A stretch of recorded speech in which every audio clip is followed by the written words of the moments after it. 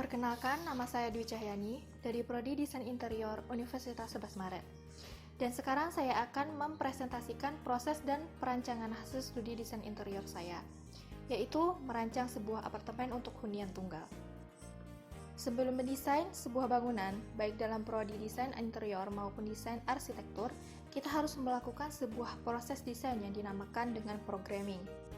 Apa itu programming? Programming adalah proses awal atau mencari data yang kita lakukan sebelum mendesain, mencari fakta, dan memperhatikan kebutuhan klien. Data-data tersebut digunakan untuk menganalisis dan memecahkan masalah-masalah yang ada. Baiklah, langsung saja. Proyek kali ini terletak di Jalan Perum Gading Marpoyan Blok C nomor 30 yang berukuran 5 x 4,4 meter atau 21 meter persegi.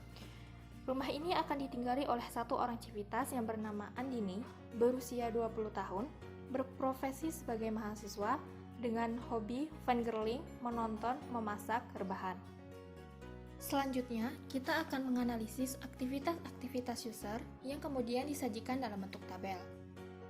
Pada tabel, terdapat waktu, aktivitas, kebutuhan furni, dan kebutuhan ruang yang dibutuhkan oleh user. Aktivitas dimulai pada pukul 5 pagi, di mana user biasanya bangun. Kemudian, dari jam 5 sampai jam 6.45, kegiatan yang dilakukan adalah ke kamar mandi, wudhu, sholat subuh, tadarus Al-Quran, dan membersihkan rumah.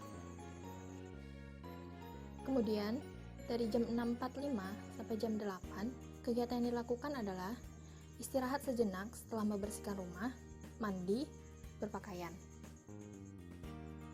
Lalu, dari jam 8 sampai jam 4 sore, kegiatan yang dilakukan adalah masak, sarapan, kemudian kuliah, di mana kuliah ini akan diselingi dengan sholat zuhur dan makan siang. Kemudian, dari jam 4 sampai jam 6, kegiatan yang dilakukan adalah mandi, berpakaian, sholat asar, menyapu seluruh ruangan di rumah, kemudian istirahat sejenak, ke kamar mandi dan sebagainya, wudhu untuk bersiap-siap melakukan ibadah selanjutnya. Lalu, dari jam 6 sampai jam 9, kegiatan yang dilakukan adalah beribadah sholat maghrib, makan malam, ke kamar mandi dan sebagainya, wudhu, sholat isya, kemudian menonton TV atau laptop sambil mengerjakan tugas kuliah. Lalu, pada jam 9 malam dan 5 paginya, bersiap-siap untuk tidur dan akan kembali bangun pada jam 5 pagi. Dari aktivitas itu, dapat kita ketahui kebutuhan ruang dan furniturnya. Seperti contoh, aktivitas tidur memerlukan ruangan seperti ruang tidur dan memerlukan furnitur seperti kasur. Aktivitas mandi memerlukan ruang seperti kamar mandi dan memerlukan furniture seperti shower. Aktivitas memasak memerlukan dapur dan furniture seperti kitchen set.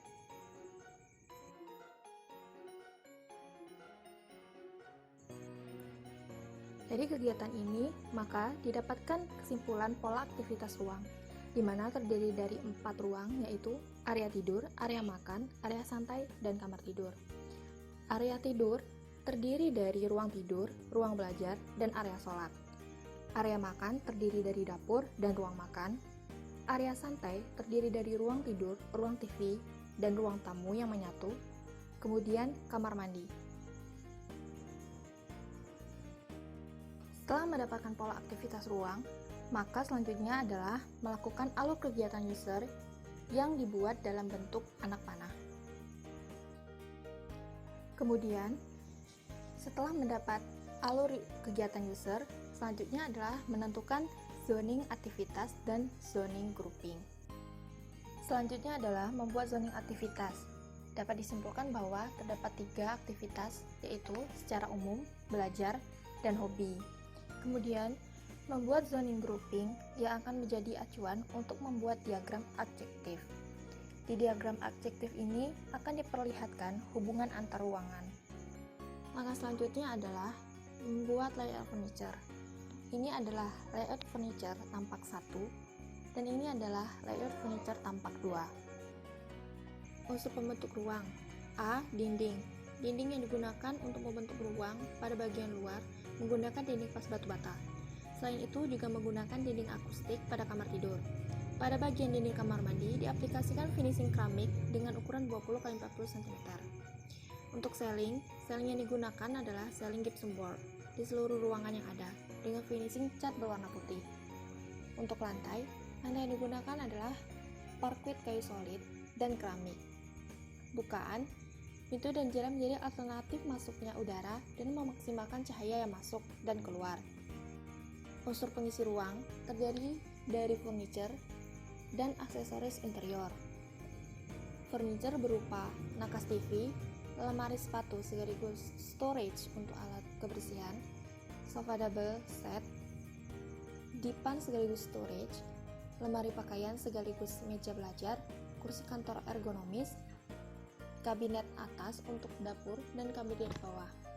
Aksesoris yang terdapat dalam ruangan adalah pot tanaman, foto atau figura, karpet bulu, bantal, selimut, gorden, dan cermin. Sistem tata kondisi. Pencahayaan. Pada siang hari, ruangan dimaksimalkan melalui pencahayaan alami dari jendela. Pencahayaan buatan menggunakan lampu LED 7 watt. Pada bagian ruang tidur menggunakan drop ceiling dengan LED strip di sekelilingnya. Penghawaan bisa melalui jendela di kamar tidur dan pintu yang berada di balkon. Jika malam hari, penghawaan bisa didapatkan dengan menghidupkan AC split pada ruangan. Akustik interior menggunakan dinding pas bata agar suara tidak keluar dari ruang apartemen, dan dinding akustik pada kamar tidur yang dapat meredam suara dengan baik. Sistem keamanan menggunakan sistem keamanan kunci slot dan kunci pintu. Sistem keselamatan menggunakan sistem keamanan otomatis berbasis sensor dengan sprinkle dan detektor asap. Konsep estetika, bentuk menerapkan interior yang bertema rustic, dibuat minimalis dengan bentuk geometris berupa garis-garis horizontal tegas pada lantai parquet. Warna menerapkan komposisi warna yang natural seperti putih, coklat, biru, hitam, dan abu-abu. Baiklah, sekian presentasi dari saya. Mohon maaf apabila banyak kekurangan.